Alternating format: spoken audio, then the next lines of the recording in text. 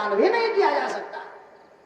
भाई चक्रवर्ती सम्राट अयोध्या नरेश दशरथ जी महाराज जब पिंडदान करने के लिए गए ना, कहा एक बार भूपति मान माही, एक बार भूपति मान माही, एक बार भूपति मान माही, ओ भय गलानी मोरे सुत नाही, भय गलानी मोरे सुत नाही। कहा कि भय गलानी मोरे सुत नाही। मेरे प्यारे सज्जनों, ग्लानि कब हुई? एक बार चक्रवर्ती जी पिंडदान कर रहे थे और पिंडदान करते समय पितृलोक से आवाज आई और आवाज क्या कह रही है? कहा कि हे राजन, तुम पिंडदान करने के अधिकारी नहीं हो। बोले क्यों? बोले इसलिए कि जैसे तुम अपने पिता का, परपिता का, बाबा का, दादा का पिंडदान कर रहे हो, अपने पिताजी का जैसे तुम पिंडदान कर रहे हो, उसी प्रकार से तुम्हारे ना रहने पर तुम्हारा पिंडदान कौन करेगा? इसलिए सबसे पहले पुत्र उत्पत्ति का प्रयत्न करो। तब कहा कि भय गलानी मोरे सुत नाही, भय गलानी मोरे सुत नाही। भगवान के आश्रम पर गए, उस समय वशिष्ठ महाराज पुत्र को लेकर के लाड प्यार दुलार कर रहे थे। चक्रवर्ती जी को बड़ा सुंदर भाव बड़ा पुत्र को क्रीड़ा कराने के लिए, गोद में खिलाने के लिए मेरे प्यारे सज्जन कहा गुरुदेव यह पुत्र मुझे दे दीजिए। उस समय गुरुदेव भगवान ने पुत्र को राजा को दे दिया। लेकिन मेरे प्यारे सज्जनों, आश्चर्य हुआ कि जैसे राजा की गोद में पुत्र जाता है तुरंत रोने लगा। गुरुदेव भगवान से कहा कि प्रभु ये पुत्र रो क्यों रहा है, शांत क्यों नहीं हो रहा? बड़ा प्रयत्न किया पर शांत नहीं हो रहा था पुत्र। तत्पश्चात गुरुदेव भगवान ने कहा कि हे राजन, पुत्र इसीलिए रो रहा है। क्यों? पुत्र इसलिए रो रहा है कि वो सोच रहा है कि हमारे पिताजी और आप यानी राजा दशरथ और वशिष्ठ महाराज, जब तक ये दोनों जजमान और पुरोहित हैं, ये दोनों लोग में आंसू आ गए और कहा कि मेरा पुत्र आ रहा है। अब मुझे विश्वास है कि मैं दासता का भाव से, दासी के भाव से मैं मुक्त हो जाऊंगी। अब मुझे कोई दिक्कत नहीं है। मेरे प्यारे सज्जनों, जब गरुड़ जी ने पास में आकर के देखा है माता के आंखों में आंसू, उस समय दौड़ करके मैया अपने पुत्र को हृदय से लगा लेती है। वात्सल्य भाव जाग उठा और गरुड़ महाराज ने कहा कि हे माता, सुख दुख से कारण, अपने दुखी होने का कारण बताओ माता, आप क्यों दुखी हैं? ऐसे गरुड़ पुत्र के रहते हुए और जिसकी माता को आंखों में आंसू आ जाए, ऐसे पुत्र को धिक्कार है माता, जल्दी बताओ आपको किसने कष्ट दिया? सज्जनों, इसलिए मैं बार बार कहता हूँ कि नीति में लिखा हुआ है कि चाहे तुम माता पिता की सेवा करो चाहे ना करो, चाहे उनकी आज्ञा का पालन करो चाहे ना करो, उनको कष्ट नहीं होगा। लेकिन एक बात ध्यान रखना सज्जनों, आप ऐसा वर्ड मत बोलो माता पिता को कि आपकी वजह से आपके माता पिता के आंखों में आंसू आ जाए। ऐसा वर्ड मत बोलना कि वो बात दिल को लग जाए और आंखों में आंसू आ जाए। तो वो पुत्र नहीं बल्कि वो भार स्वरूप है सज्जनों। इसलिए मैं बार बार बताया करता हूं इस बात को, और इस बात को ध्यान में रखना। आज गरुड़ भगवान ने कहा कि हे मैया, आपको किसने कष्ट दिया, ये जल्दी बताओ, मैं अभी उथल पुथल कर डालता हूँ, पृथ्वी को आकाश और आकाश को पृथ्वी कर देता हूँ। आपको किसी ने उंगली उठाई है या किसी ने अपशब्द बोला है या किसी ने बुरी नजर से देखा है, आपको बताओ, मैं उसकी उंगली आंखें फोड़ फाड़ के रख दूं। जल्दी बताओ माता, आपको किसने कष्ट दिया? भगवान गरुड़ जी ने कहा कि हे मैया, अरे जो आंखें माँ की ओर चढ़ी वह आंखें फोड़ फाड़ डालू, जो माँ की ओर चढ़ी वह आंखें फोड़ फाड़ डालू, जो आंखें माँ की ओर चढ़ी वह आंखें फोड़ फाड़ डालू, जो आंखें माँ की ओर चढ़ी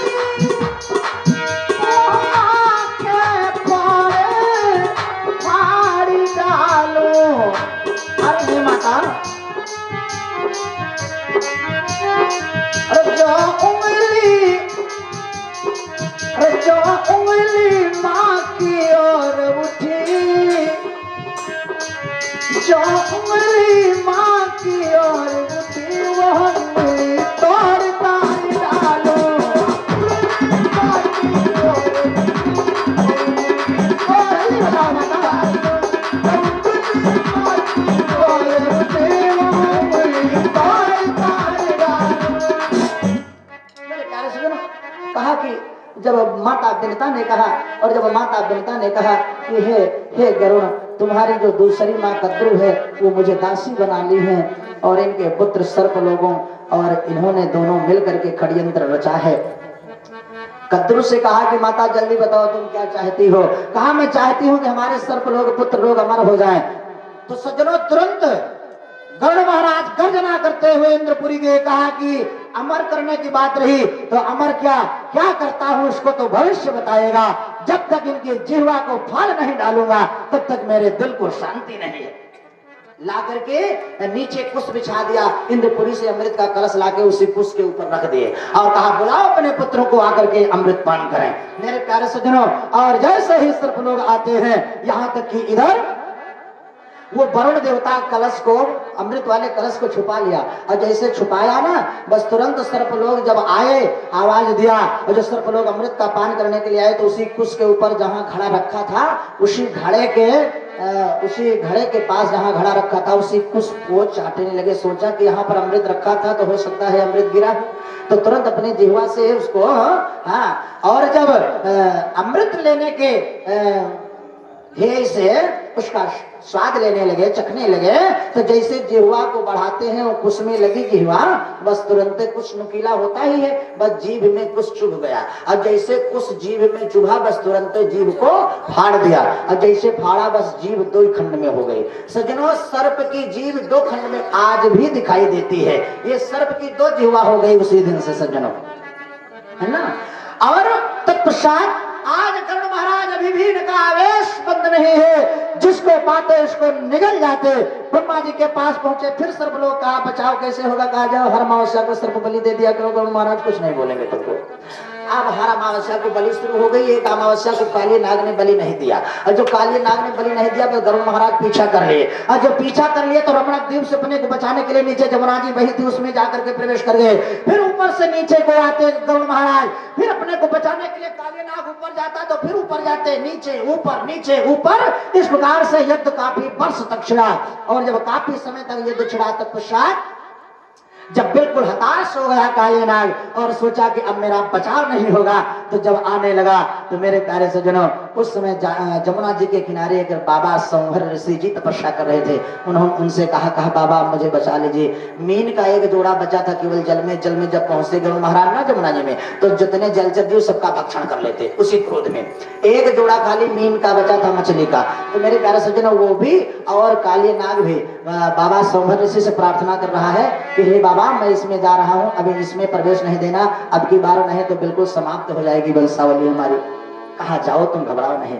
और काली नाग और मीन जमुना जी में प्रवेश किया, और पीछे से जब गरुड़ महाराज आए तो कहा हे गरुड़ अत्र प्रविश्य यदि मत्स्यां सखादति असत्य प्राण विमुच्यते असत्य में तद ब्रह्मीण्यम्।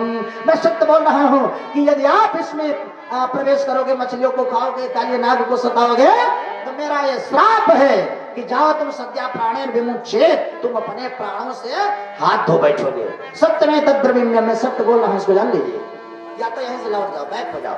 तो गरुड़ महाराज वहीं से लौट गए, और जब गरुड़ महाराज लौट गए तो काली नाग उसी दिन जमुना जी में पहुंच गया और उसी दिन से रहने लगा। ये जमुना जी में आने की कथा है काली नाग की, यही कारण था। आज जब कन्हैया ने कहा कि जाओ रमणक द्वीप पर वास करो, तो यही बतिया आज काली नाग कह रहा है कि सरकार जब मैं रमणक द्वीप पर जाऊंगा और फिर गरुड़ महाराज हमारा पीछा कर लेंगे तो कहा कि अच्छा सिर नीचा करो, मैं चिन्ह देता हूं, तुम मुहर लगा देता हूं। और जो वो जान जाएंगे कि हाँ हमारे कॉलेज का ये भक्त है, ये स्टूडेंट्स है, कहने का मतलब ये हमारा भक्त है, तो जो हमारा भक्त होता है उसको गरुड़ कुछ बोलते नहीं है। कहा कि और निशानी देने के लिए मैं मुहर दे रहा हूँ। कहा मुहर कौन सी है? कहा कि नीचे सिर करो बताता हूँ। जैसे नीचे सिर किया बस तुरंत अपना पांव भगवान ने रख दिया, और जैसे रखा बस चरण चिन्ह भगवान का सर्प के काली नाग के सिर के ऊपर बन गया। और जो चरण चिन्ह दे दिया थे भैया, वो आज भी दिखाई पड़ता है खरों के रूप में। तो सज्जनों चरण चिन्ह भगवान का आज भी दिखाई पड़ता है। तो सरपई को नहीं, देखो कल कथा सुनाई थी, गिलहरी को भगवान ने ऐसे हाथ फेरा, वो उंगलियां बन गई। कहने का मतलब जिसको जिसको भी ऐसे आज भी वो दिखाई पड़ती है। वो चिन्ह आज भी दिखाई पड़ता, सतयुग त्रेता द्वापर तीनों युगों में जिसको जिसको जो जो भी दिया आज भी वो दिखाई पड़ता है कलयुग में। भाव क्या जरा सुनी गए, कवि ने कहा एक लाइन में कि सतयुग का खेल निराला त्रेता और द्वापर वाला, सतयुग का खेल निराला त्रेता और द्वापर वाला, सतयुग का खेल निराला त्रेता और द्वापर वाला, कलयुग में है विद्यमान। जाली आएगी पृथ्वी पर, चकाचक काम बनेगा। लेकिन भगवान को गोवर्धन पूजा करवानी है, मैया को समझाने लगती है। कहा है मैया, अरे पूजा वही करनी है तो तुम माता गौ की पूजा करो जो मुझे दूध देती है। पूजा ही करनी है तो तुम गोवर्धन की पूजा करो जिसकी चोटी पर जा करके हरी हरी घासों को हमारी गाय माता लेती है। पूजा ही करनी है तो माता पृथ्वी की पूजा करो जो मुझे धर्म अधर्म सब सह रही है ना। पृथ्वी से शिक्षा मिलती है सज्जनों। आपका हमारा शरीर कितने तत्व से बना है? 5 तत्व से, है ना। तो 5 तत्व से शिक्षा मिलती है। कौन कौन है?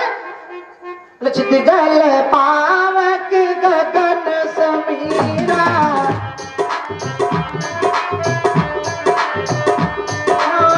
चित जल पावक गगन समीरा, चित जल पावक गगन समीरा, चित जल पावक गगन समीरा, चित जल पावक गगन समीरा, पंचर चित अत्यदम शरीरा, पंचर चित अत्यदम शरीरा, पंचर चित अत्यदम शरीरा। कहने का मतलब अगर इन 5 तत्वों की शिक्षा लो, अपने जीवन में उतार लो तो आपका जीवन इतने में ही धन्य हो जाए भैया। इनसे शिक्षा मिलती है, उनका अनुसरण करो, अपने जीवन में उतारो। इन 5 तत्वों से शिक्षा क्या मिलती है जानते हो? चित माने पृथ्वी, पृथ्वी तत्व से शिक्षा ये मिलती है। हमने छोटी क्लासों में एक कविता पढ़ी थी, बड़ी सुंदर कविता है। पृथ्वी क्या कहती है? अरे पृथ्वी कहती धारण छोड़ो कितना भीगा तिरमान, पृथ्वी कहती धैर्य छोड़ो कितना ही वो सिर पर भार, पृथ्वी कहती धैर्य छोड़ो कितना ही वो सिर पर भार, कि पृथ्वी कहती धारण छोड़ो। पृथ्वी तत्व से धैर्य धारण करने की शिक्षा मिलती है। क्षेत्र का जल बह रहा है और वही गंगा जल मां जितना नदी के किनारे जितना शहर है, सगर शहर के गंदा नाला का जल कहाँ जाता है? नदी में है। भैया इन्हीं गंगा जल में पड़ते ही गंगा जल भी गंगा जल हो जाता है। जल का काम है निर्मल कर देना, पवित्र कर देना। उसी प्रकार से कितना भी गंदा आदमी आवे आपके पास, लेकिन उसको भी एक्सेप्ट करके उसको भी धर्म का रास्ता पकड़ा दो और हमेशा भजन के माध्यम से भावना को जल के समान निर्मल बनाए रखो। ये जल तत्व से शिक्षा मिलती है। जैसे कर्मनाशा नदी आगे चल करके कर्मनाशा में भैया स्नान करने से, कर्मनाशा नदी में ऐसी नदी है कि स्नान करने से वहां किया हुआ पाप नष्ट हो जाता, किया हुआ पुण्य नष्ट हो, पाप ना है पुण्य, किया हुआ पुण्य नष्ट हो जाए। और नदी में स्नान करे से पाप विनाश होते, लेकिन वही नदी में स्नान करे से पुण्य नष्ट हो जाता है। लेकिन कर्मनाशा भी आगे चल के सरस्वती में मिलती है और गंगा जी में मिलके वो भी पवित्र हो जाती। बाबा गोस्वामी ने लिखा कि कर्मनाश जल सुरसरी पराई,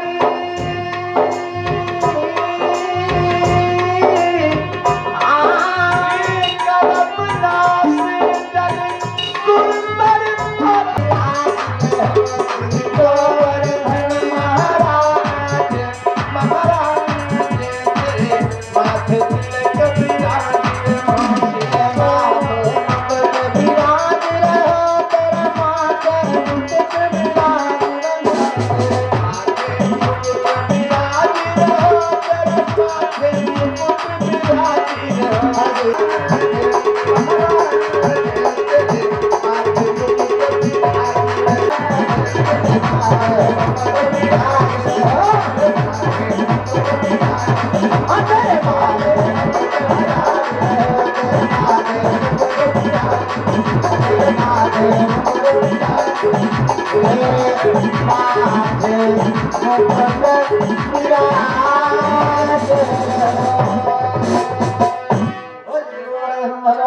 की जय। इंद्र की पूजा ना होकर के जब गोवर्धन पूजा हो रही मेरे प्यारे से इंद्र भगवान रुष्ट हो गए, और जब रुष्ट हो गए तो अपने बादलों को आदेश दिया, कहा जाओ ऐसी बारिश कर दो तुम्हारा पूरा व्रत जो है जमुना की धारा हो जाए। तो ये भैया लोग कहते हैं कि जो बादल गरजते हैं वो बरसते, और जो बरसते हैं वो सही है। भागवत में लिखा है कौन से बादल बारिश कर रहे थे उस समय,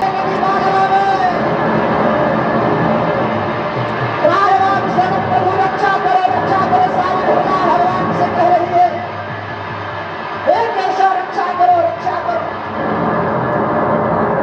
उस समय सज्जनों भगवान ने कहा घबराओ नहीं घबराओ नहीं, मैं गोवर्धन उठाने के लिए जा रहा हूँ और तुम सब लोग नीचे आ जाओ, बस तुरंत आप सब लोगों का बचाव हो जाएगा। मेरे प्यारे सज्जनों, इस प्रकार से भगवान की सुंदर कृपा बनी। भगवान जी गोवर्धन पहाड़ उठाने के लिए उठते हुए इतने में राजा शक्ति का आश्रय लिया। कुंभज ऋषि बाबा को बुला रहे हैं और कहा कि बाबा आप आ जाइए, अब जितना जल पीना हो पी लीजिए। मेरे प्यारे सज्जनों, कुंभज बाबा को बुलाते हैं। कुंभज ऋषि को जल पिलाने का वादा किया था ना रामावतार में भगवान श्री राम जी ने। पहली बात तो ये जानो कि कुंभज इनको कुंभज क्यों कहा गया जानते हो? इनका झंझट तो नहीं ना? अच्छा तो बस ठीक है। वृंदावन बिहारी लाल की जय। सज्जनों, इनका नाम कुंभज पड़ा, क्यों पड़ा, कैसे पड़ा, कब पड़ा, इनका जन्म कैसे हुआ? आप लोग सुने होंगे राजा निमि का नाम, राजा निमि। राजा निमि एक बार वशिष्ठ महाराज को बुला करके यज्ञ करवाने का भाव दर्शाया, कहा कि तिथि ये इस तिथि पर आप मेरे यहाँ भागवत कथा यज्ञ कर दीजिए। तो वशिष्ठ महाराज ने कहा कि राजन ऐसा है कि इस तिथि पर हम इंद्रपुरी में आमंत्रित हो चुके हैं पहले, इसके अलावा कोई तिथि बताओ। अरे भैया कुछ लोगों की आदतें होती है, बिचड़वाते हैं किसी दूसरे से, करवाते हैं किसी दूसरे से, पूछते हैं किसी दूसरे से, सलाह लेते हैं किसी दूसरे से। राजा निमि की वही दशा हुई। राजा ने भी पहले तिथि निकाल के रखे और कहते हैं कि इसी पर मेरी यज्ञ करो। ऐसो जजमान मिल जाती, तारीख लेके महाराज के पास पहुंच जाती, बोलो कुंदा बन जा रहे लाल की। ऐसा नहीं करना चाहिए। अब भाई मान लो वही तारीख पर तो कहा कि मैं इस तिथि पर आमंत्रित हो चुका हूँ, तो कहा ठीक है तो एक काम करो, चल कोई बात नहीं है। राजा ने कहा कि ना तो कहा हाँ, ना तो कहा ना तो कहा, चलो कोई बात नहीं ठीक है ना, देखा जाएगा। अच्छा वशिष्ठ महाराज वहां से आए, जब तिथि आई तो दूसरे ऋषि को बुला के यज्ञ करवा लिया राजा ने। इधर वशिष्ठ महाराज जाकर के इंद्रपुरी में यज्ञ करवाए, और जब वहां से लौटे तो यहाँ भी संपन्न हुई कि भाई सतवई तो थी एक ही तिथि पर, तो यहाँ भी संपन्न हुई। तो वशिष्ठ महाराज अपनी पोथी रख के भगवान को आश्रम पर कहा कि चलो अब राजा के हमारे शिष्य है वो हमारा, चलो उनकी भी तिथि निकाल के जगह करवा दिया जाए। उनकी भी कह रहे थे हैं, अब भाई हमारा शिष्य है वो इधर उधर तो हो नहीं सकता है पार्टी है, और पार्टी हो कहा मतलब कामों बन जावा है। मेरे प्यारे सज्जनों, जब गांव के बाहर पहुंचे राजा ने के तो लाल लाल झंडा दिखाई पड़ा, पताका हनुमान जी का। लाल झंडा कहीं लगाया जाता जानता है? लाल झंडा का है भाई खतरा निशान है। एक संकेत हो गया गांव के पहरवे से वशिष्ठ महाराज को कि तुम्हारा जाना व्यर्थ हो जाएगा, प्रवेश मत करो गांव में, नगर में। लेकिन फिर सोचे कि भाई सकत है पानी के बजाय तिवारी के द्वारे झंडा लाग हो, तो चलो लाल की जय। अब गुरु महाराज भी गायब हो गए तो मेरे अच्छा राजा निमि को स्थान कहाँ मिला? राजा निमि को स्थान दिया भगवान इंद्र ने पलक पर। निमि माने पलक है ना, पलक पर स्थान दिया। तब भाई तो अरे राम देखे सिया और सिया राम को,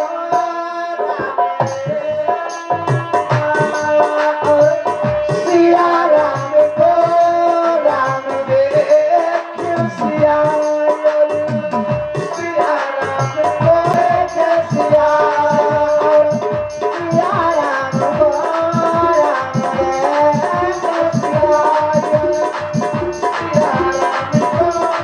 चारों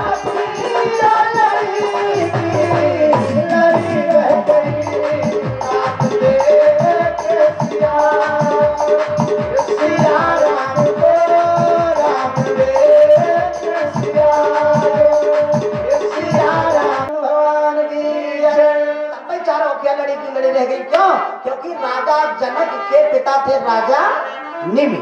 राजा निमि राजा जनक के पिता थे। तो राजा निमि का स्थान मिल गया यहाँ पर पलक पर। तो जब माता जानकी जी ने देखा कि पांडे जी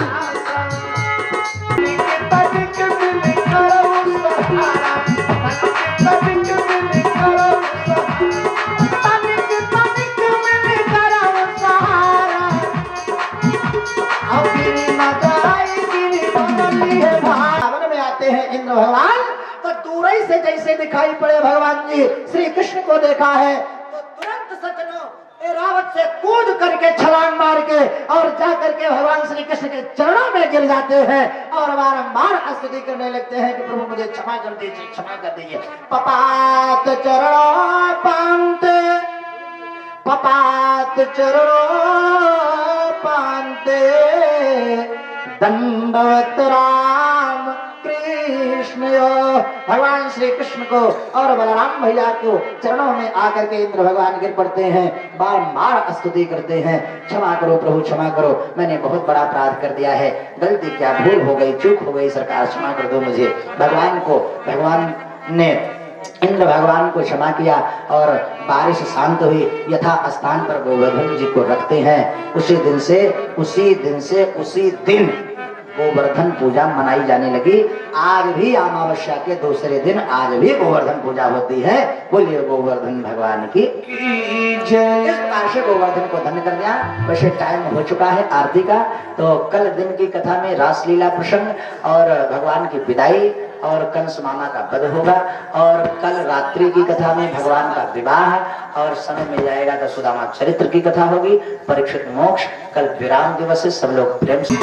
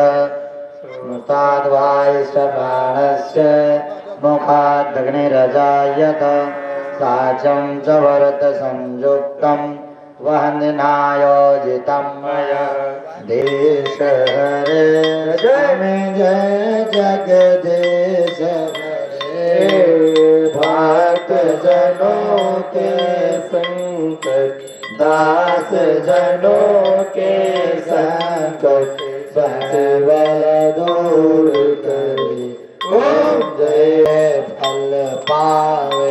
दुख में सुख संपत्ति घर आवे, सुख घर आवे।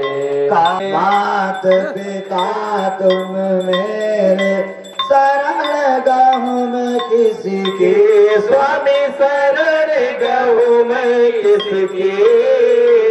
पुराण परमात्मा तुम अंतर्यामी, स्वामी तुम अंतर्यामी। पार ब्रह्म परमेश्वर जगत पिता जगदीश्वर, प्रभु सबके स्वामी। ओम जय जगदीश हरे। करता स्वामी तुम पालन करता, कल का भी मैं मूर्ख प्रभु स्वामी, कृपा करो भरता। ओम जय जगदीश हरे। तुम हो ये गोच हो गया मैं घूमती। ओम जय जगदीश हरे। दीन बंधु दुख हरता ठाकुर मेरे, स्वामी तुम रक्षक मेरे। अरे अपनी शरण लगाओ। ओम जय जगदीश हरे।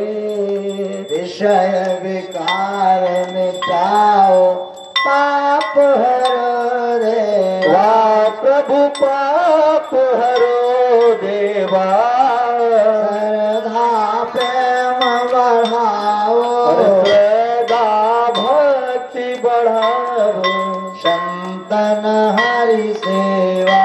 ओम जय जगदीश हरे। स्वामी जय जगन्नाथ हरे, स्वामी जय रघुनाथ हरे, स्वामी जय भोलेनाथ हरे, स्वामी जय मेरे राम हरे। दास जनों के संकट, दास जनों के संकट, बंसी वाला दूर करे। ओम जय जगदीश हरे।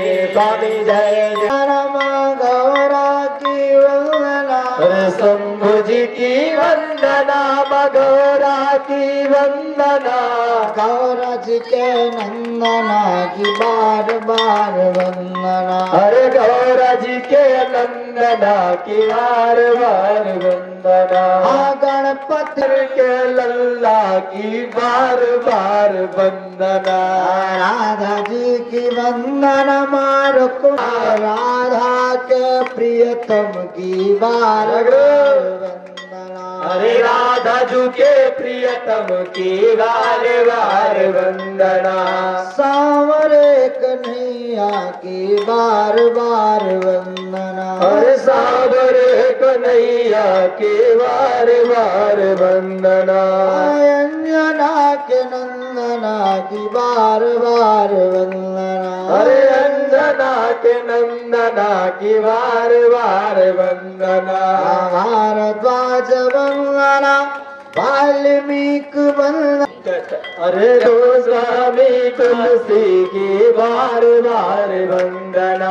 अरे तुलसी के लल्ला की बार बार वंदना। अरे तुलसी के लल्ला की बार बार वंदना। अंजना के नंदना, हरिपूर गौरम करुणावतारम, संपित भावभागम, पालो महासायक चाय। पवित्र वसुन महाराज के जय हो। गोवर्धन भगवान के जय। सर्वतोभद्र मंडल देवता के जय हो। भगवान बाबा के जय हो। नटवीर बाबा के जय हो। संत हिकाराश बाबा के जय हो। श्री चतुर्गिर बाबा के जय हो। मुख्या भवानी की जय हो। पुरुष बाबा के अरविंद अनुरागी, धन्य लक्ष्मण बड़ भागी राम पधार बिंद अनुरागी। पाहिनाथ जाना है वहां पर पुरुषों का प्रवेश वर्जित है। तो बाबा भोलेनाथ ने कहा कि अरे देवी, क्या मैं तुम्हें पुरुष दिखाई पड़ रहा हूं? अरे मैं भी तो स्त्री ही हूं। सज्जनों, पुरुष तो केवल एक है जिसका नाम मेरा गोविंद, मेरा कृष्ण। मेरे प्यारे सज्जनों, उमादार जो सित की नाई, सब ही नचावत राम गोसाई। जो पूरे संसार का पति है तुम ही हो भरता ओम जय जगदीश। भरता अर्थात पूरे संसार का जो भरण पोषण करने वाला है वो पूरे संसार का पति है। मेरे प्यारे सज्जनों, कहा कि हम सब स्त्री हैं और उसके पास जाने के लिए जब तक हम गोपी नहीं बनेंगे तब तक उसका दर्शन नहीं होगा। जब तो इसके लिए तो मुझे गोपी अर्थात स्त्री बनना पड़ेगा। अब गो माने इंद्री पाने, पी माने पी जाओ। जो अपने इंद्रियों को पी गया हो, इंद्रियाण पीताया सायति गोपी। कहा कि हे पार्वती, मैं तो स्वयं गोपी हूँ, मैं तो स्वयं स्त्री हूँ। कहा इतने पर भी बात ना समझ में आई हो तो कहा देखो बताओ, आत्मा होती है कि होता है? नहीं, आत्मा होती है। तो कहा वही आत्मा हमारे, वही आत्मा पुरुषों के अंदर, वही आत्मा सबके अंदर है? तो जब आत्मा होती है तो क्या हम आप होता है? मेरे प्यारे सज्जनों, सब स्त्री हैं, पुरुष केवल एक है। परमात्मा की यह सुंदर लीला। लेकिन माता पार्वती जी ने बार बार कहा तो बाबा भोलेनाथ ने कहा अच्छा चलो ठीक है, आपकी संतुष्टि के लिए बाह्य स्वरूप भी मैं दर्शा दे रहा हूं। तो बड़ा सुंदर स्वरूप बनाते हैं बाबा भोलेनाथ, गोपी का रूप बनाते हैं। और जब गोपी का रूप बनाते हैं तो बाबा भोलेनाथ का नाम पड़ गया गोपीश्वर। बोले गोपीश्वर भगवान की जय। और बाबा गोपी बन करके बाबा भोलेनाथ साड़ी पहन करके वो बढ़िया सुंदर श्रृंगार करके और चल दिए कैलाशपुरी से वृंदावन में रासलीला को देखने के लिए। बड़ा सुंदर था। अरे एक दिना भोले भंडारी अपन के ब्रज की नारी गोकुल में आ गए, वृंदावन में आ गए। एक दिना भोले भंडारी अपन के ब्रज की नारी गोकुल में आ गए, वृंदावन में आ गए, वृंदावन आ गए। दिना भोले भंडारी अपन के ब्रज की नारी गोकुल में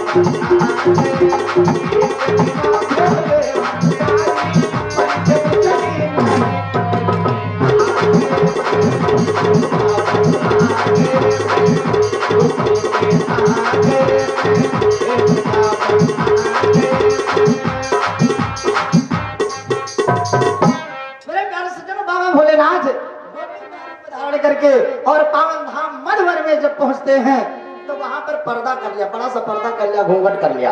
अच्छा ये भैया बड़ा सुंदर बात सुनिएगा। और जब भगवान ने पर्दा कर लिया तो भगवान शंकर जी चूंकि नटखटी श्याम को जानते हैं कि हमारी पोल पट्टी अगर खोल देंगे तो बड़ा गड़बड़ हो जाएगा, एक काम करो घूंघट कर लो। और बगल में साथ में माता पार्वती जी भी गई कि चलो चलो देखती हूँ आपके ऐसे दृश्य को, लीला को। वारे सरकार तुम तो बड़ा गजब का रूप बनाए। माता पार्वती जी भी साथ में है और उधर मुरली की तान छिड़ी थी मधुबन में। अब मेरे प्यारे सज्जनों, जब भगवान भोलेनाथ का प्रवेश हुआ ना तो गोपियां सब कहने लगी अरे स्वामी, अरे प्रभु कन्हैया, वो देखो बड़ी गजब की गोपी आ रही, वो कौन है? और जब पास में है। बाबा भोलेनाथ ने कहा हमें लगता बड़ा गड़बड़ हो जाएगा, अगर कहीं पर्दा उठा दिए तो पोल पट्टी सारी खुल जाएगी। मेरे प्यारे सज्जनों, जब बाबा भोलेनाथ सामने आ गए, कन्हैया तो सब जानते ही हैं, सो तुम जानो अंतर्यामी। कन्हैया ने कहा गोपियों एक काम करो, चलो मैं आ रहा हूँ। अच्छा, गोपियों को भेजा, और जब गोपियों को भेजा पीछे से भगवान श्री कृष्ण भी पहुंचे तो कहा कि भगवान ने कहा गोपियों से कि जरा कह दो वो बगल वाली जो गोपी आई है सामने पार्वती जी को, कहा इसे कह दो जरा मुख तो खोले, यहाँ पर पर्दे की क्या बात है। तो पार्वती जी से कहने लगी गोपियां कि अरे देवी सखी, ये जरा पर्दा तो खोल दीजिए, मैं भी देखूं ये कैसी गोपी है।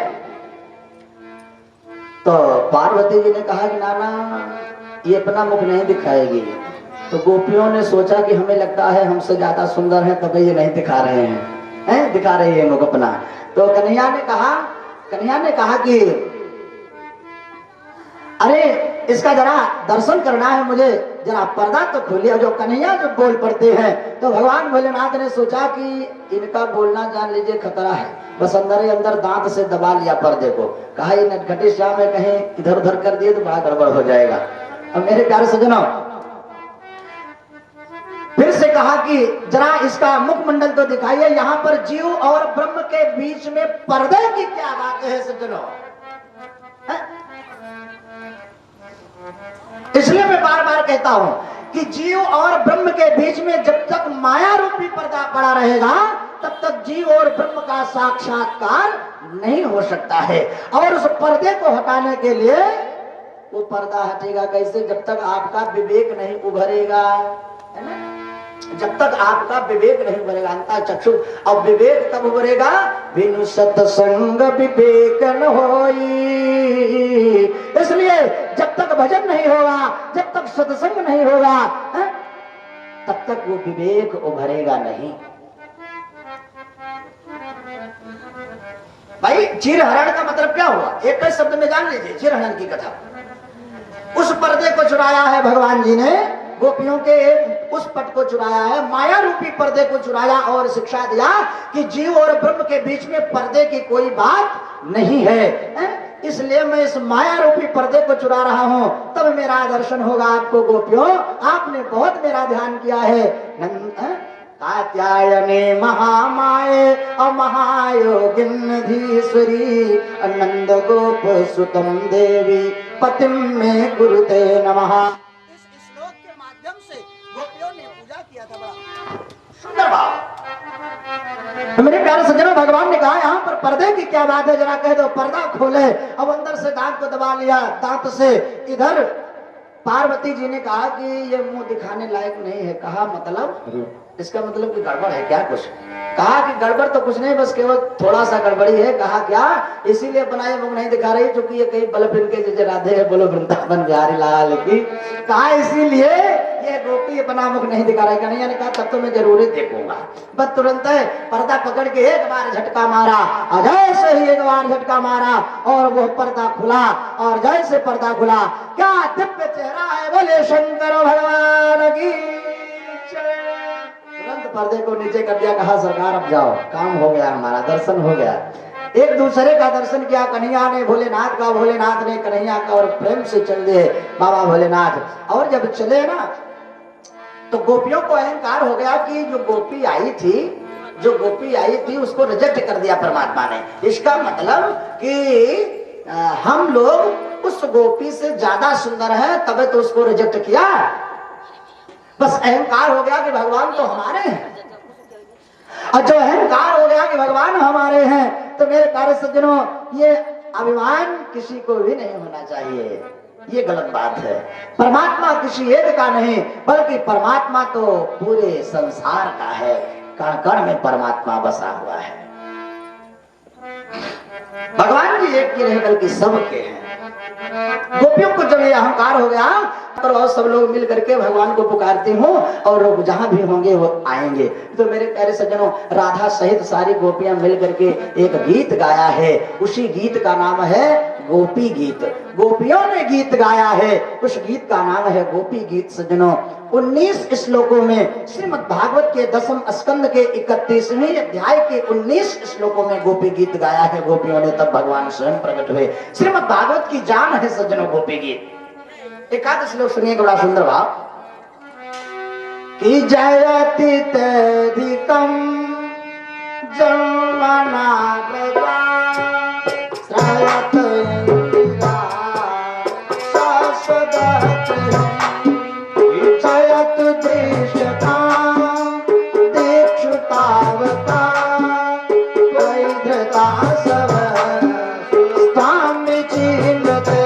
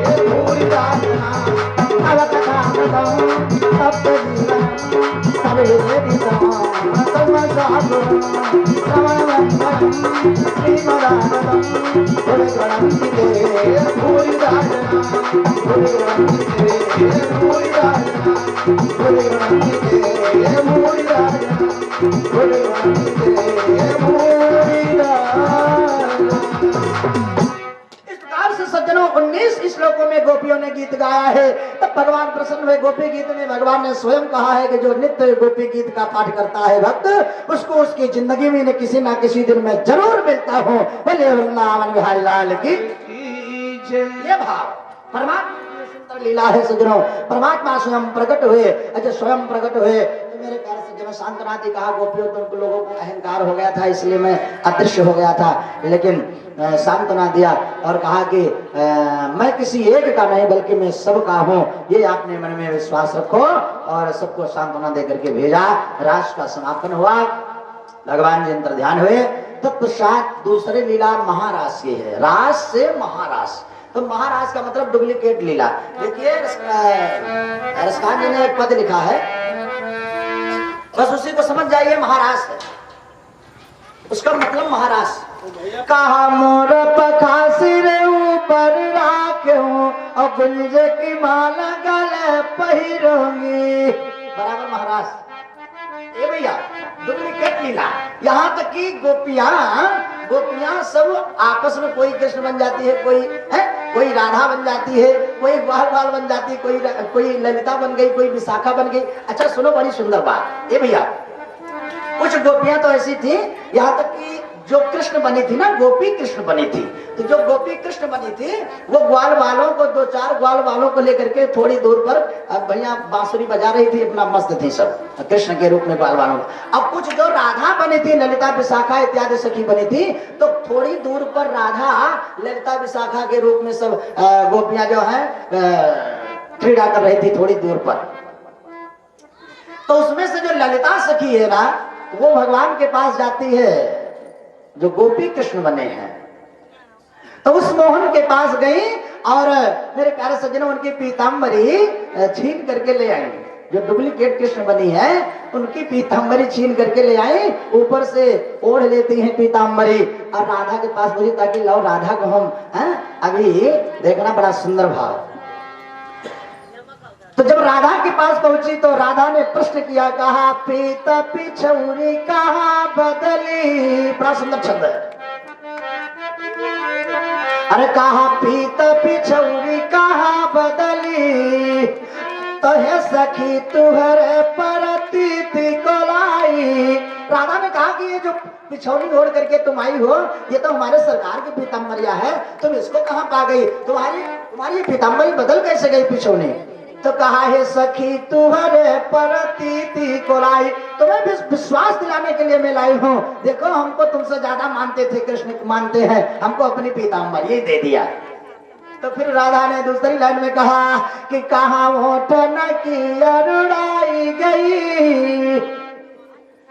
तो कहा कि ये अधरों की लालिमा कहाँ चली गई? गई थी तो तुम बहुत डेंटिंग पेंटिंग से और वापस लौटी तो तुम ये अधरों की लालिमा कहाँ चली गई? तो कहा कि तुम जान रही हो कि पीताम्बरिया इसे मिल गई है। अरे तू है रे जदु नंदन बहुत बकाई, बहुत प्रार्थना करना पड़ा। इतने में बाबा पहुंच गए। वो देखो आ रहे हैं, दोनों बच्चों को लेकर के। वशिष्ठ महाराज ने कहा वो देखो। अरे राम राम, हाँ गुरुदेव आप तो कह ही रहे थे, बात सत्य हो गई। आप जल्दी बताओ क्या करें? अब तो ये क्रोध के कारण हमें देखेंगे तो श्राप भी दे सकते हैं, अब मैं क्या करूं? तो तुरंत कहा, वशिष्ठ महाराज ने कहा एक काम करो, बस इस समय दूसरा काम करने लायक नहीं है। कहा अगर कोई ब्राह्मण आवेश में आ जाए, क्रोध में आ जाए या श्राप देने की कगार में हो, आपसे रूठ गया हो, तो उसका केवल एक तरीका है, केवल एक उपाय है। कहा क्या?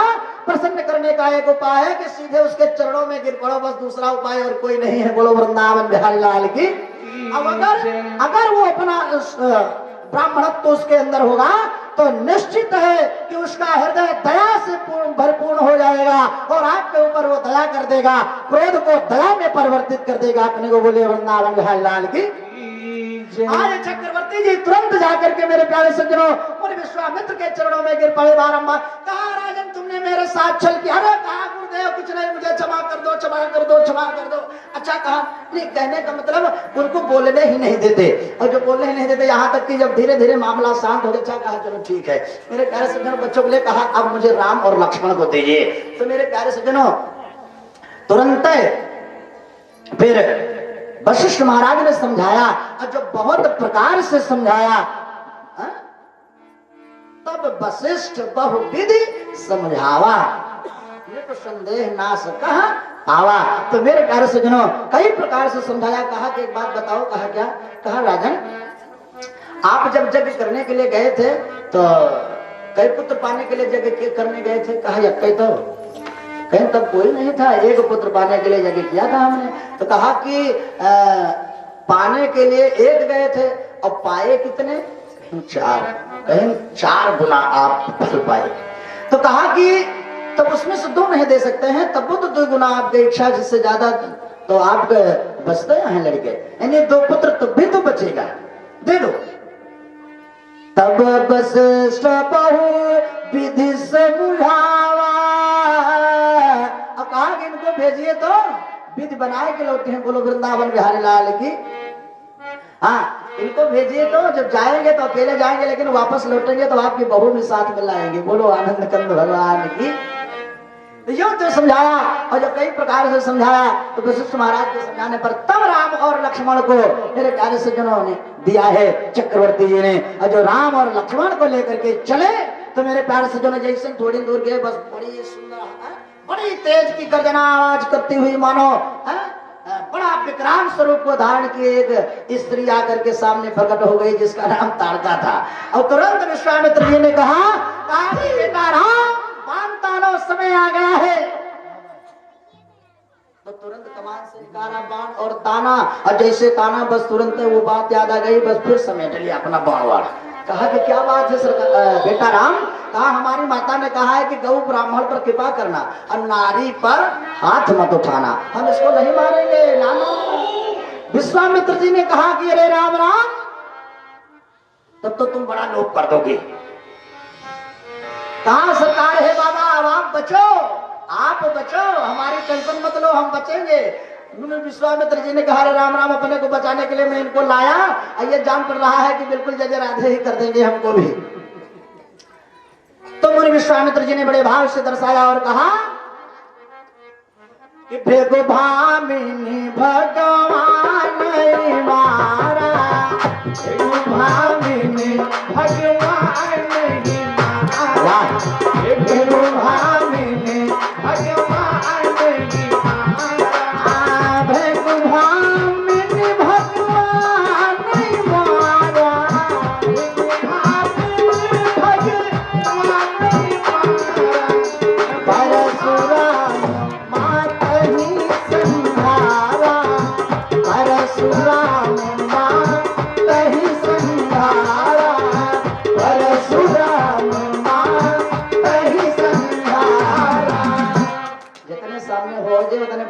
ज्यादा काम करे। बोलो वृंदावन बिहारी लाल की जय।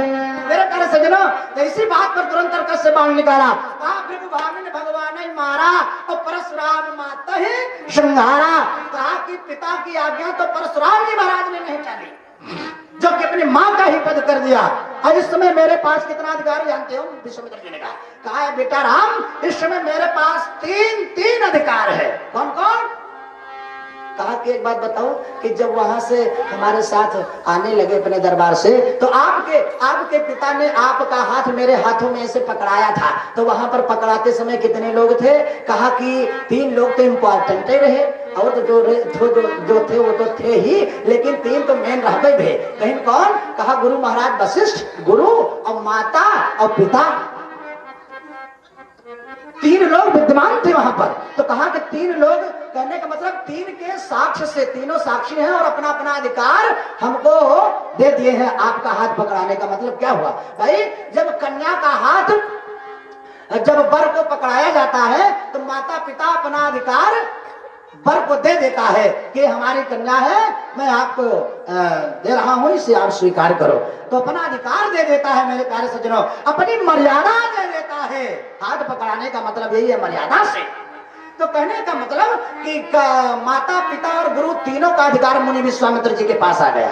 कहा कि वो तो बात ठीक है, एक समय था कि आप कह रहे हो कि गुरु गौ ब्राह्मण पर कृपा करना, नारी पर हाथ मत उठाना, हमारी माता ने कहा है। लेकिन जब आपकी माता ने मेरे ऊपर अधिकार आपका सौंप दिया है, तो अब हम जो बोली तो जान लिए तीनों जने बोलता है। बोलो वृंदावन बिहारी लाल की।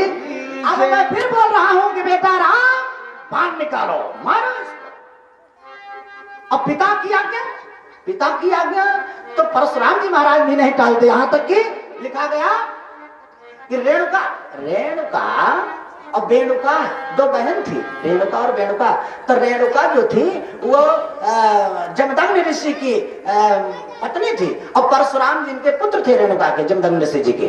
अच्छा, और बेणुका सहस्त्राबाहु की पत्नी थी।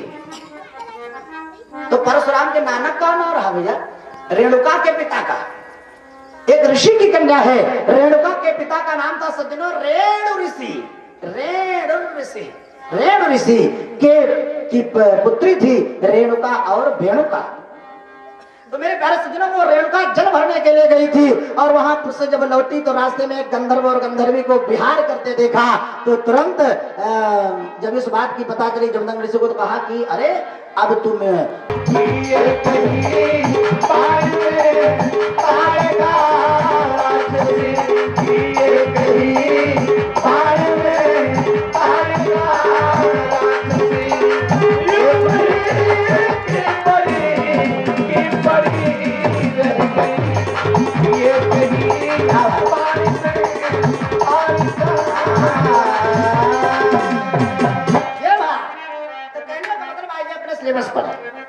कथा चल रही है।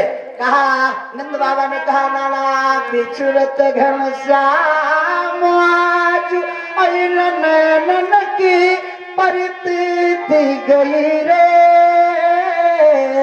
बड़ा सुंदर भाव गोस्वामी बाबा का, कवितावली का। उड़ी न लगो हर संग सहज तजी, अवई ना गयो सखी मैं सब कुछ दे सकता हूँ, लेकिन अपने मोहन को, अपने कन्हैया को नहीं दे सकता। कन्हैया ने कहा, कन्हैया तो सब जान रहे, सो तुम जानो अंतर्यामी परमात्मा ने कहा कि तब तक हुआ क्या? चला गए निकल के सामा संवरिया चला गए सामा संवरिया, चला गए सामा संवरिया।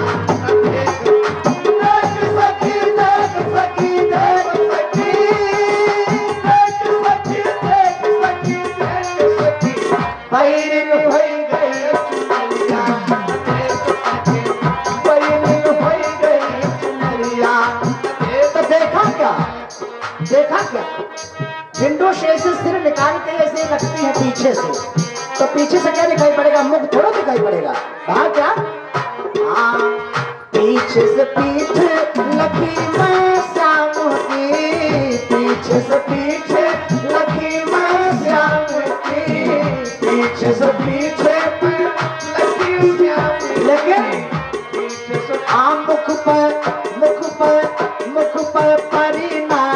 बहुरिया न देख सकी मुख पे भरी नान बेरिया न देख सकी मुख पे भरी नान बेरिया न देख सकी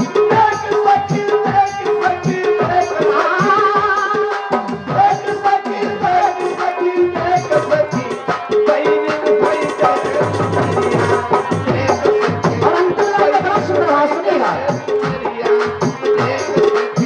सोचती है कि अगर मेरा मायका होता, ये तो रह गई ससुराल की बात, मेरा मायका होता तो मैं दौड़ करके जाती और सामने से खड़ी हो जाती, घेर लेती उनको और देख लेती उनको। लेकिन हाँ क्या सुनेगा आखिर लाइन। हाँ दौड़ी घेरी लेती मैं श्याम को, दौड़ी घेरी लेती मैं श्याम को, दौड़ी घेरी लेती मैं श्याम।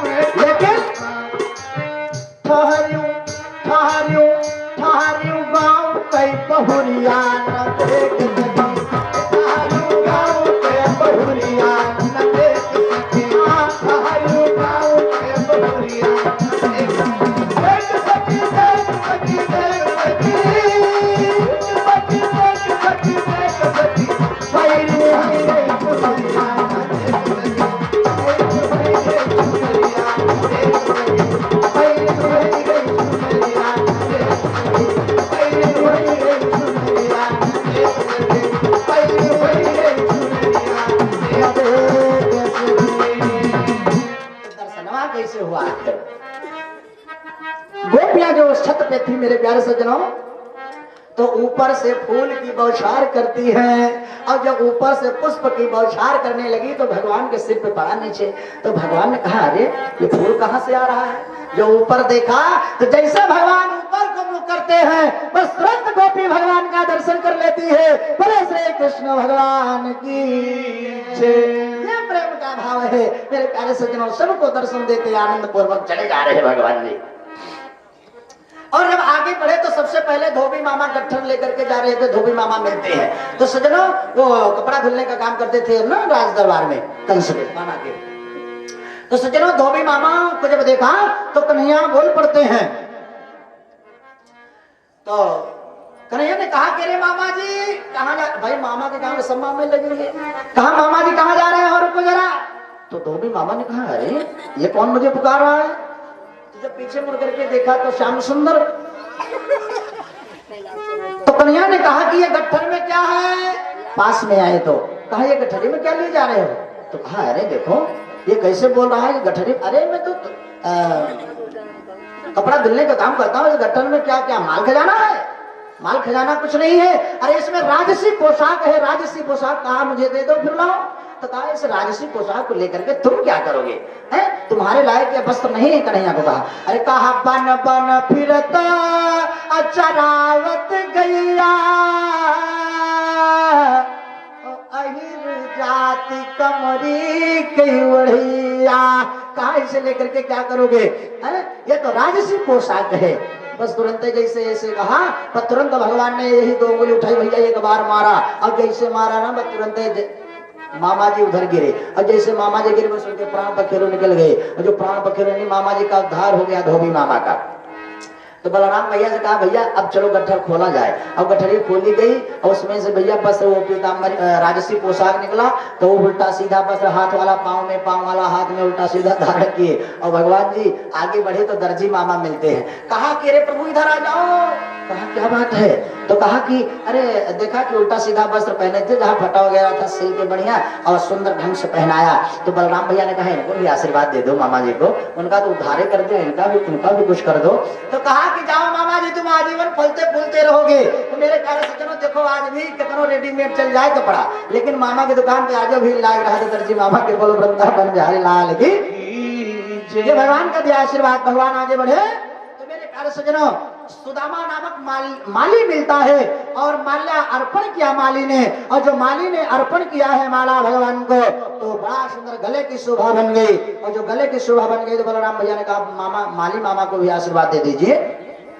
तो कहा कि जाओ माली मामा को आशीर्वाद दिया। कहा जाओ हे माली मामा, सुदामा नामक माली था। कहा कि मामा जी जाओ, आपने जैसे सुगंधित पुष्पों का हार मेरे मेरे गले को धारण कर मेरे गले में पहराया है। जहाँ मैं आशीर्वाद देता हूँ कि जैसे ये माला आपकी सुगंधित है, उसी प्रकार से पुष्प के समान तुम्हारा आजीवन खुशबूदार बन जाएगा, आपका परिवार महक जाएगा पुष्प की भांति।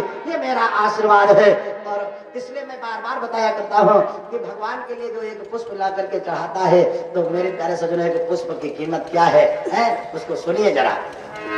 फूल की कीमत यही है जो आशीर्वाद सुदामा नामक माली पाया है। यदि आप एक पुष्प भगवान के लिए आओगे, परमात्मा रुपया पैसा और धन दौलत स्वीकार नहीं करता, लेकिन प्रेम और भाव स्वीकार करता है। जब एक पुष्प लेकर के आओगे तो यह निश्चित है कि परमात्मा की कृपा आपके ऊपर बनी और उसी पुष्प की भांति आपका भी जीवन खुशबूदार बन जाएगा। ये फूल का महत्व है। बोले वृंदावन बिहारी लाल की जय। परमात्मा की ऐसा सुंदर कृपा। आगे क्या हुआ कि जब बलराम भैया ने कहा कि ये तो सेटिंग बन गई है, कई गड़बड़ी है, अभी कमी है। कहा वो कमी क्या है? यही मथवा पे अगर थापक थोड़ा चंदनवा लग जाता तो और आनंद आ जाता। तब तक तीन जगह से टेढ़ी मेढ़ी त्रिवक्रा, जिसका नाम कुब्जा भी था, कुरूप थी ना, इसलिए वो जा रही थी अंगराग चंदन लगाने का काम करती थी सुजनों दरबार में। तो तुरंत कन्हैया ने जब देखा तो तुरंत पुकारने लगी, अरे मोहन बोले देख कर, अहे सुखदैनी कहाँ जा रही है, अपिक बैनी कहाँ जा रही है, अरे मृग नयनी कहाँ जा रही है, नयनी कहाँ जा रही है, मृग नयनी कहाँ जा रही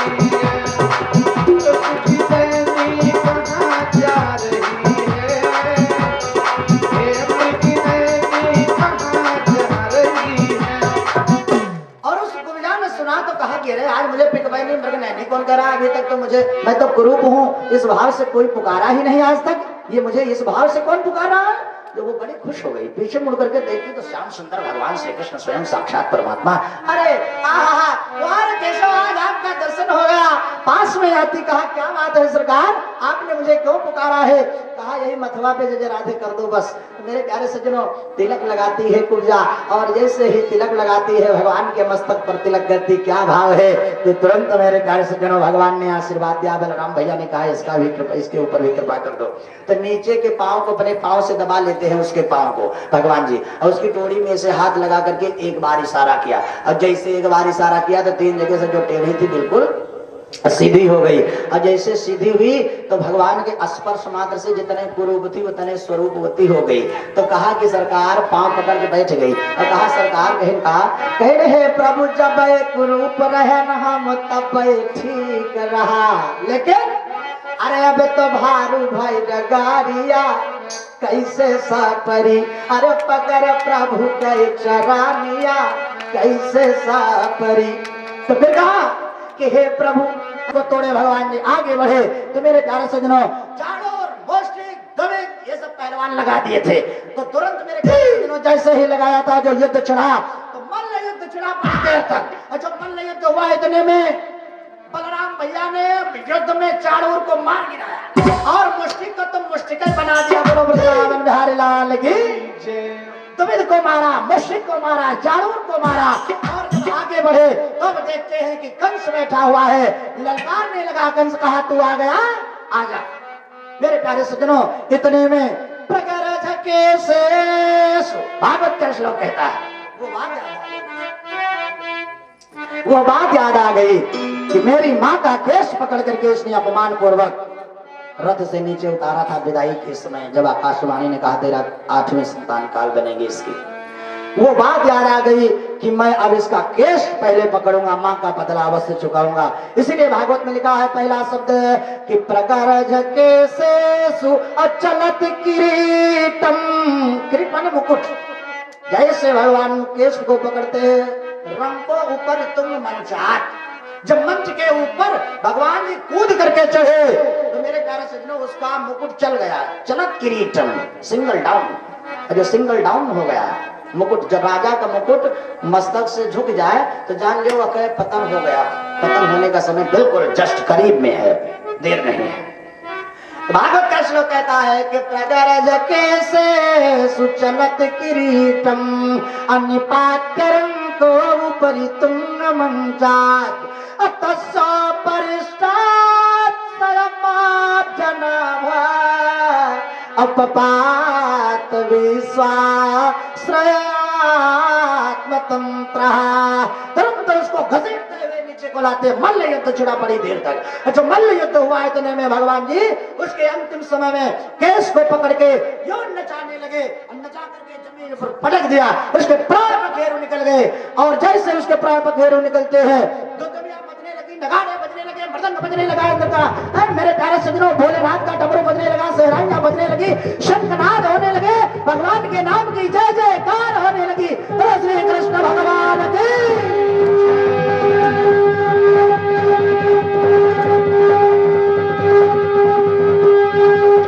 इस प्रकार से सज्जनों भगवान के नाम की जय जयकार होने लगी।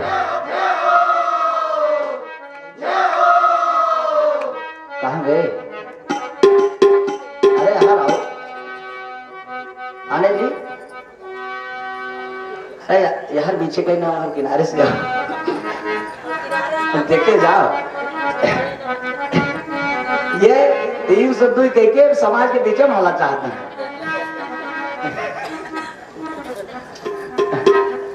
आज मैंने करा दिया तो इनका छोड़ दिया जाए। चलिए आइए, भगवान के नाम की जय जयकार हो रही है। बड़ा सुंदर भाव कि हर घर में राजा राम की जय होनी चाहिए, जय होनी चाहिए। हर घर में राम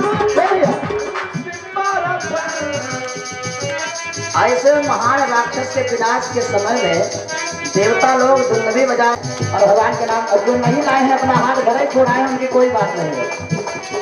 आम चुरावे जाके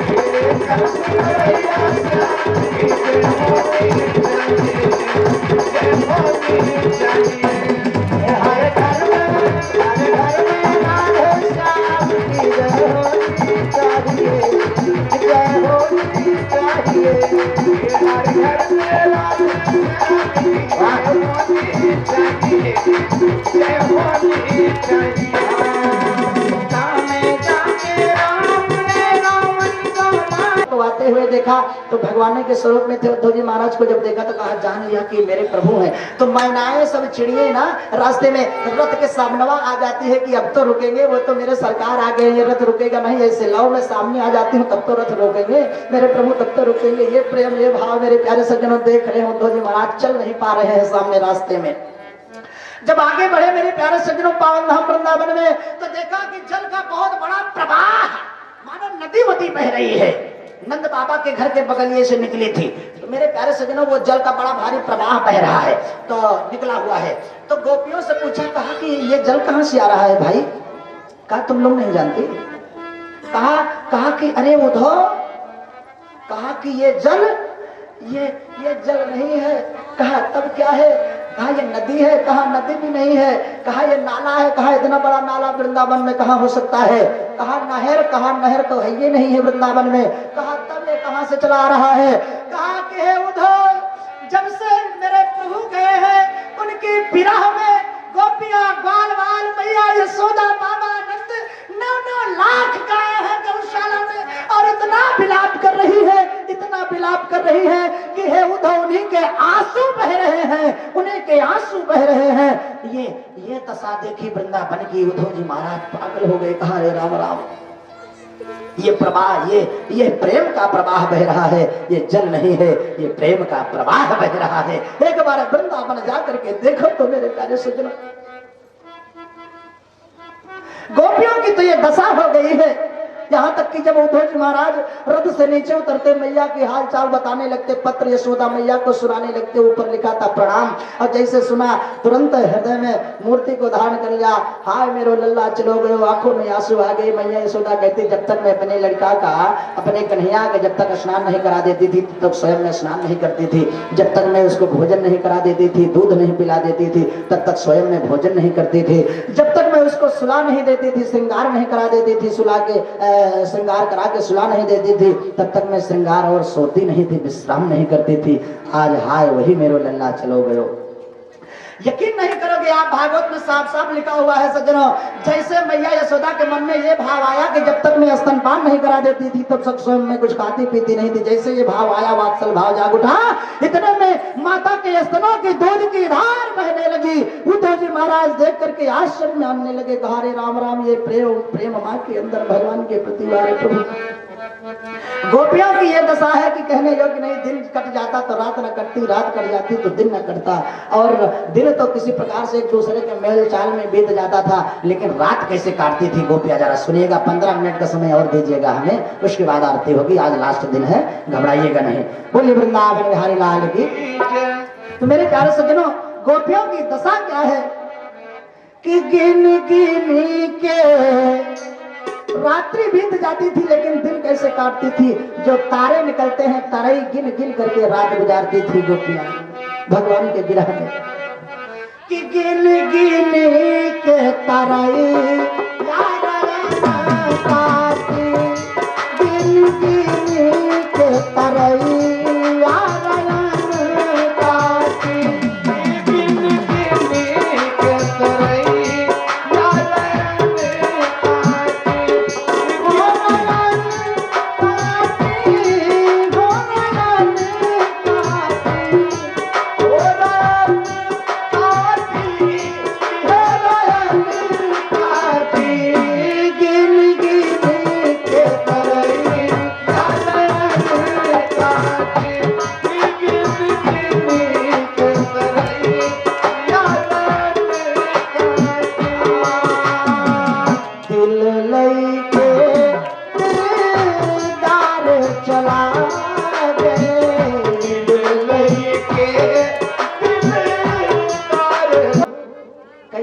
विश्वास होगा सरकार की राधा ने बिना देखे आपकी मूर्ति बनाई है, इतना बड़ा प्रेम है हमारे अंदर आपके प्रति, कैसे आपको विश्वास होगा सरकार। यही सोच करके सज्जनों एक दोने में मूर्ति बनाया, दोने में रखा मूर्ति को, और इधर जमुना जी से तैरा दिया और कहा कि हे कन्हैया, यदि सच्चे भाव से हमने आपकी मूर्ति बनाई है तो उस पार आपको मिल जावे। तो सज्जनों जिस समय जिसको याद करो उस समय उसकी भी याद आती है, भले न फोन करे।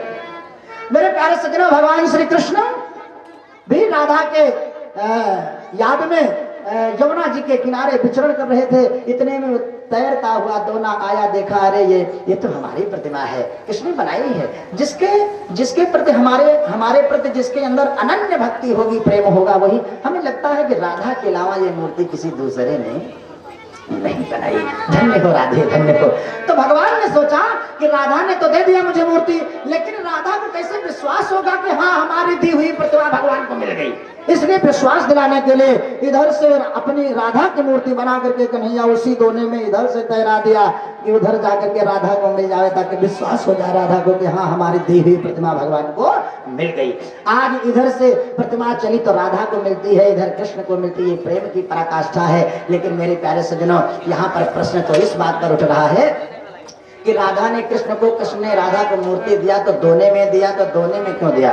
मैं बार बार बताया करता हूँ सज्जनों, हर कथा प्रसंग में बताता हूँ कि दोने का मतलब है राधा का प्रेम कृष्ण के प्रति, और कृष्ण का प्रति राधा का प्रेम कृष्ण के प्रति, कृष्ण का प्रेम राधा के प्रति ये था कि हे राधे, हे कन्हैया, हम और आप दो नहीं है बल्कि एक है, दो ना, हम और आप दो ना बल्कि एक ही है। दोना एकता का प्रतीक है सज्जनों, इसीलिए समाज में लगता है दोना, और जब तक लगेगा दोना समाज में तब तक हमारी समाज दो ना बल्कि एक ही रहेगी। बोलिए वृंदावन बिहारी लाल की जय। इसलिए सज्जनों ये पुरानी पद्धति को अपनाओ,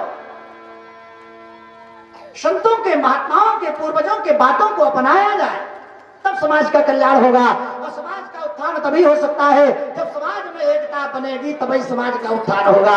और बिना एकता के समाज में विखंडन ऐसे बना ही रहेगा। कुछ लोग तो ऐसे हैं भैया, हमारे गुरुजी कहा करते थे जब मैं 8वीं में पढ़ता था, 6वीं में, तो ये सामने बैठे हैं हमारे गुरुजी अक्सर एक छंद कहा करते थे और कहते क्या थे, ए भैया अरे यही देश यही से भी लो गया है, अरे यही देश ऐसे भी लो गया है, जिनको यही माटी से प्यार नहीं है, देश अखंड रहे ये बड़ा, जिनके मन में ये विचार नहीं है। सत्य कहो ऐसे लोगन को यहाँ रहने का कोई अधिकार नहीं है। दुख हमें इन हाथन में, अरे दुख हमें इन हाथन में, अभी लेखनी है तलवार नहीं है, लेखनी है तलवार नहीं है। कार्य सज्जनों, तो इस प्रकार से जब तक एकता नहीं बनेगी समाज में और जब यह भावना बनी रहेगी तो समाज का विखंडन होता ही रहेगा।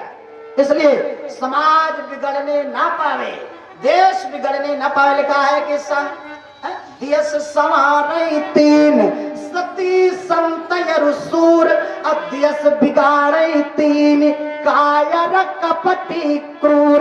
बिहारी की जय। भैया इनसे बच के रहो, कायर कपटी क्रूर। जो अपने देश का नहीं हुआ, जो अपने माँ बाप का नहीं हुआ, जो अपने समाज का नहीं हुआ, जो अपने परिवार का नहीं हुआ, वो किसका हो सकता है? क्या भगवान का हो सकता है? वो कभी नहीं हो सकता। वहां से भी रिजेक्ट कर देगा परमात्मा आपको। फिर तुम किसी कौन दिन मना रह जाओ, बोलो वृंदावन बिहारी लाल की। इसलिए अगर उसकी शरण पाना है तो सबसे पहले इंसान से प्रेम करना सीखो। कहा इंसान से नफरत करते हो, भगवान को तुम क्या पाओगे? इंसान को तुम अपना न सके तो भगवान को तुम क्या पाओगे? इंसान की इज्जत करना ही भगवान की पूजा होती है। इंसान के दिल में जा बैठो, भगवान को तुम पा जाओगे। ये भाव मेरे प्यारे सज्जनों, ये कवि का भाव है। राधा की तो स्थिति ये हो गई है मेरे प्यारे सज्जनों, गोपियां राधा मिलकर के भगवान के विरह में गाती है और भाव क्या जरा सुनिएगा।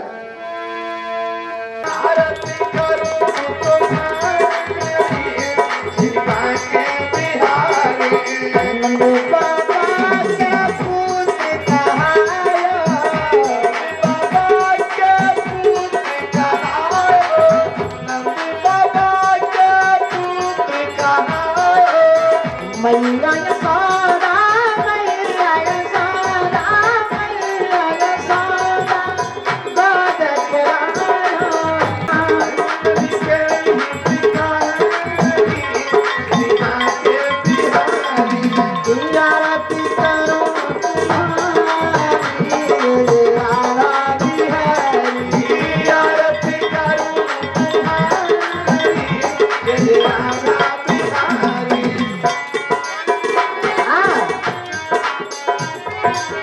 सखीजन के संग रास रचायो, सखीजन के संग रास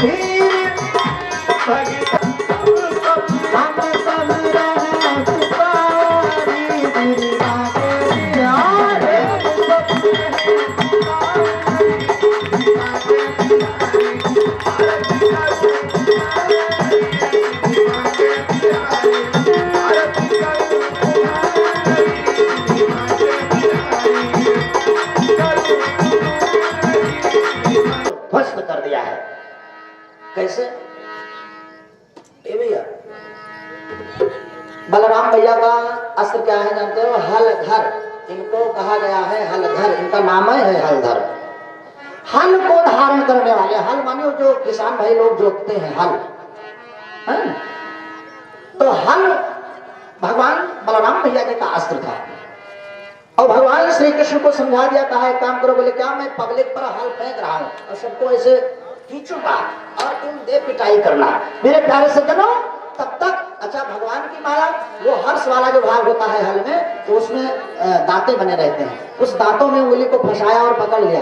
और भगवान की माया भैया जितना चाहे उतना बड़ा कर ले, जितना चाहे उतना छोटा कर ले। पब्लिक के हिसाब से बड़ा कर लेते थे और कुड़ से मुठिया तक तो कुछ रहवे करते थे, कुछ स्पेस। और उसके बाद में अपनी माया से जैसी आवश्यकता पड़ी उसी प्रकार से वो बढ़ा भी लेते थे। और जैसे पब्लिक आती थी तो मेरे प्यारे सज्जनों ऐसे पकड़ के पब्लिक पर फेंकते थे और पब्लिक पर फेंक के ऐसे खींचते। और जैसे बलराम भैया खींचते, बस तुरंत इधर से भगवान श्री कृष्ण गदा उठा के दे गदागर, फिर खींचते, दे गदागर, फिर खींचते, दे गदागर। इस प्रकार से युद्ध छिड़ा। और जब युद्ध छिड़ा तो मेरे प्यारे सज्जनों सारी सेना को ध्वस्त कर दिया। अच्छा, सारी सेना ध्वस्त हो गई, जरासंध को छोड़ दिया, फिर गया, फिर ले आया उतनी ही सेना, 23 अक्षों ने सेना लाया, फिर युद्ध छिड़ा। फिर भगवान बलराम जी भैया ऐसे पब्लिक पर फिर खींचते, फिर उठाते गदा लेकर के, दे गदागर, फिर उठाते। इस प्रकार से सज्जनों बड़ा सुंदर भाव, 17 बार सेना को ध्वस्त किया। और जब 18वीं बार 23 अक्षों ने सेना लेकर के जरासंध आता है भगवान से युद्ध करने के लिए, देखा आश्चर्य हुआ। क्या आश्चर्य हुआ सज्जनों कि युद्ध प्रांगण में ही उस समय काले वन पहुंच जाता है। नारद जी के द्वारा भेजा हुआ काले वन आ गया। और जैसे काले वन आया तो तुरंत काले वन को जब देखा भगवान श्री कृष्ण ने तो कहा कि लो पहले इसका उद्धार कर दे, उसके बाद जरासंध का बाद में कल्याण करेंगे। बस तुरंत भगवान कहूं देखो, कहूं लड़े से काम बना दो, कहूं भागे से काम बन जाए, कहूं लड़े से काम बना दो, कहूं भाग ले काम बन जाए। आज भगवान रण को छोड़ करके भगे किसका उद्धार करने के लिए? काले वन का। और जब रण को छोड़ करके भगे बस उसी दिन भगवान का नाम पड़ गया रणछोड़। बोले रणछोड़ भगवान की ये भाव। और जब भगवान बन गए रणछोड़ तो जाकर के गुफा में जो है काले वन लेटा हुआ, वो मुचकुंद जी महाराज लेटे हुए थे और मुचकुंद जी महाराज सो रहे थे और काले वन पीछे धावा किए चला जा रहा है। बस तुरंत बनी पीताम्बरिया भगवान जी मुचकुंद जी महाराज के ऊपर ऐसे डाल देते हैं ताकि काले वन जब जाना है पीताम्बरी को देखकर हमको समझेगा कि ये श्री कृष्ण ही है। बस तुरंत ये आवेश में आकर के प्रहार करेगा और जैसे इसकी दृष्टि पड़ेगी बस भस्म हो जाएगा। तो मेरे प्यारे सज्जनों भगवान छुप गए पीताम्बरी डाल के। जब पीछे से काले वन आया तो मुचकुंद जी महाराज सो रहे थे, ऊपर से भगवान ने पीताम्बरी डाल ही दी थी। पर तुरंत एक बार श्री कृष्ण को ही समझते हुए अपने पांव से एक बार बड़े भाव से प्रहार किया और जैसे बड़ी तेज से प्रहार किया, इतने में मुचकुंद जी महाराज का नेत्र खुला और जैसे नेत्र खुला दृष्टि पड़ी, देखता जैसे देखा तुरंत जलने लगा और जैसे जलने लगा वो भस्म हो गया, वो भस्मीभूत हो जाता है। यहाँ तक कि सुखदेव जी महाराज से राजा परीक्षित जी ने प्रश्न किया, कहा प्रभु अरे इसकी नजर भी इतना बड़ा तेज था कि ये देखते भस्म हो गया, जैसे इसने देखा तुरंत अगला आदमी भस्म हो गया। अरे ये कहाँ का आशीर्वाद है इसको, है? तो तब तो ये किसी को देखता ही नहीं होगा, है? ये नेत्र ही नहीं खोलता होगा। नहीं ऐसी कोई बात नहीं है। कहा तब कैसी बात? कहा सुनो बात ये है, पहली बात तो ये जानो कि ये मुचकुंद है कौन? ये मुचकुंद जी महाराज वही मानधाता के पुत्र है। मुचकुंद जी महाराज मानधाता के पुत्र मुचकुंद। और मानधाता कौन है भैया? इनका नाम मानधाता क्यों पड़ा जानते हो? मानधाता का नाम मानधाता क्यों पड़ा? मानधाता के पिता का नाम था राजा युवनाश। राजा युवनाश को संतान नहीं थी, उस समय पुत्रेष्ट यज्ञ करवाया। तो यज्ञ में जो बीच वाला कलश होता है सज्जनों, यज्ञशाला में जो बीच वाला कलश होता है वो वरुण कलश है। उस कलश का नाम वरुण कलश। तो ब्राह्मण लोग ऋषि महात्मा लोग पुत्र वाला मंत्र पढ़ के वही वरुण वाले कलश वाले जल को अभिमंत्रित कर रहे थे। उसी वरुण कलश के जल को अभिमंत्रित करते थे प्रतिदिन वही मंत्र पढ़ के। अच्छा, जजमान का परम धर्म बनता है यज्ञशाला की रक्षा करना, है ना? तो राजा युवनाश से सामने लेटते थे। मध्य तीसरा चौथा दिन था, मध्य रात्रि का समय आया, बस तुरंत कंठ अवरुद्ध हो गया, प्यास लग गई। और जो प्यास लगी तो जल कहां से आवे। मेरे प्यारे सज्जनों, प्यास की जल की कीमत तो वही बता सकते हैं जो निर्जला एकादशी रात है। बोलो वृंदावन बिहारी लाल की जय। और पानी कल मेयर के हुआ था, पानी कल मेयर हो जानता है, जो 3 मेयर का हुआ था। एक तो पानी है पीने से, जो जल पिया जाता है, पानी माने जल पीने से ले लो। और दूसरा पानी, पानी मतलब भोजन मैंने कहते नहीं है भैया, तो हर पानी पानी, पानी माने मर्यादा, पानी माने इज्जत, पानी माने सम्मान। मेरे प्यारे सज्जनों, दोनों पानी नहाना आवश्यक है जिंदगी में। अगर मर्यादा नष्ट हो गई, पानी उतर गया आपका, तो वो जान लो ये जीवन बेकार हो गया।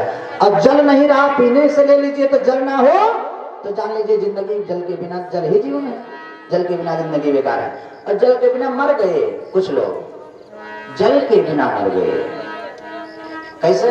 जरा सुनिएगा, एक लाइन में बड़ा सुंदर होगा कि पानी पीने गई जिंदगानी, अरे पानी पानी पीने गई जिंदगानी, पानी पीने गई जिंदगानी। हाय राम जीवन है पानी पानी, हाय राम जीवन है पानी पानी, हाय राम। महाराज के माता पिता बाहर जा,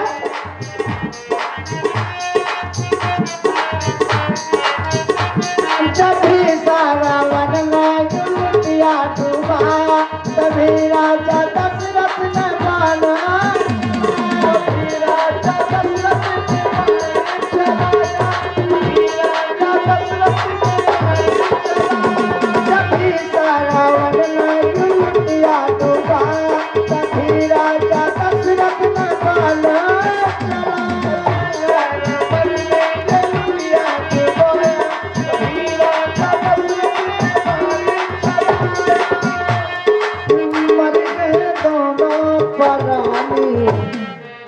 मर गए दोनों परानी। हाय राम जीवन है पानी पानी, हाय राम जीवन है पानी पानी, हाय राम जीवन है पानी पानी, हाय राम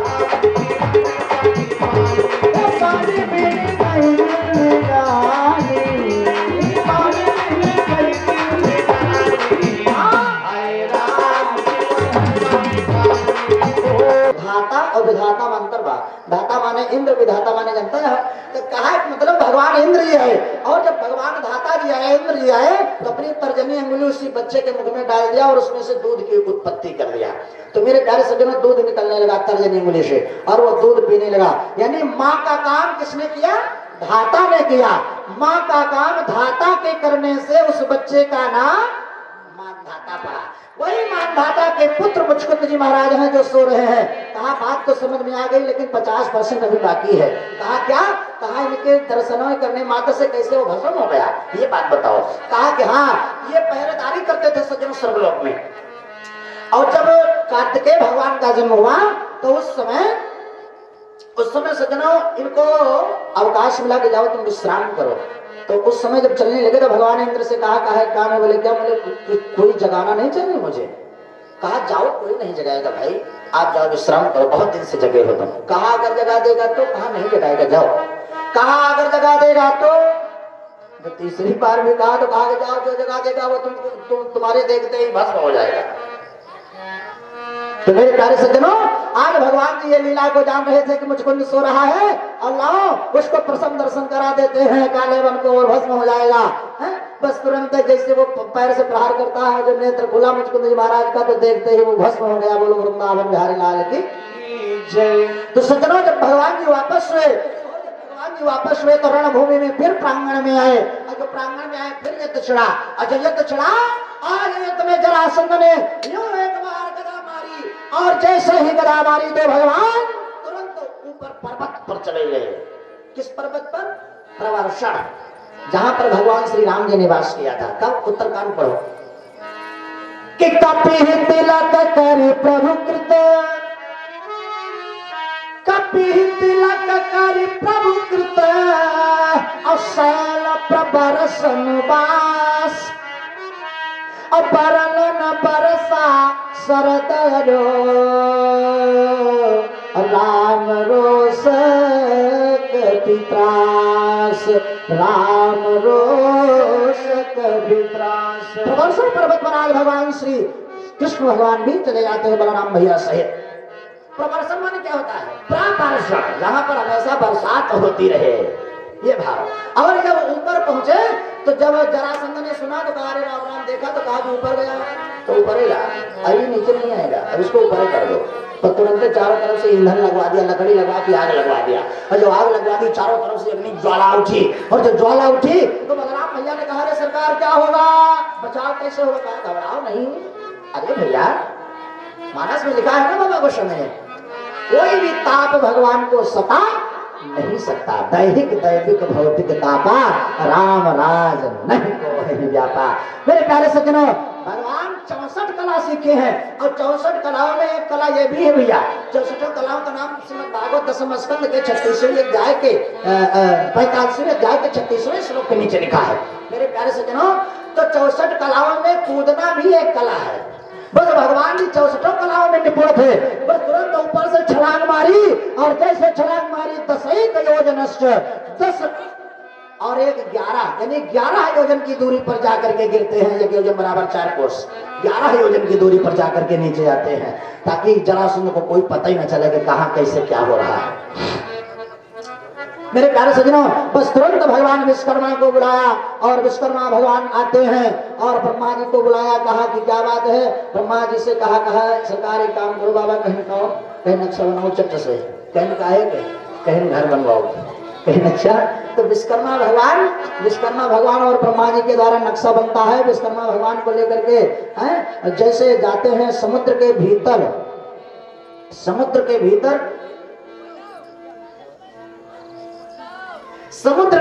सज्जनों, द्वारिकापुरी का 48 कोस में द्वारिकापुरी का निर्माण करवाया है। तो विश्वकर्मा जी बनाओ कैसे रहे जानता हूं, उनके लिए करनी वसूली नहीं रही, कोई कैसे करते रहे, वो ऐसे कह देते रहे तैयार, ऐसे कहते हैं हर प्लाट सही, इधर कहते यहुवारी बन जाए, मतलब यहुवारी कहते हैं महल तैयार है, ऐसे कर दिया रही। विश्वकर्मा भगवान की शक्ति है सज्जनों, आज भी विश्वकर्मा भगवान की पूजा करते हैं लोग, ये भाव। बोले विश्वकर्मा भगवान की जय। मेरे प्यारे सज्जनों, बड़ा सुंदर भाव।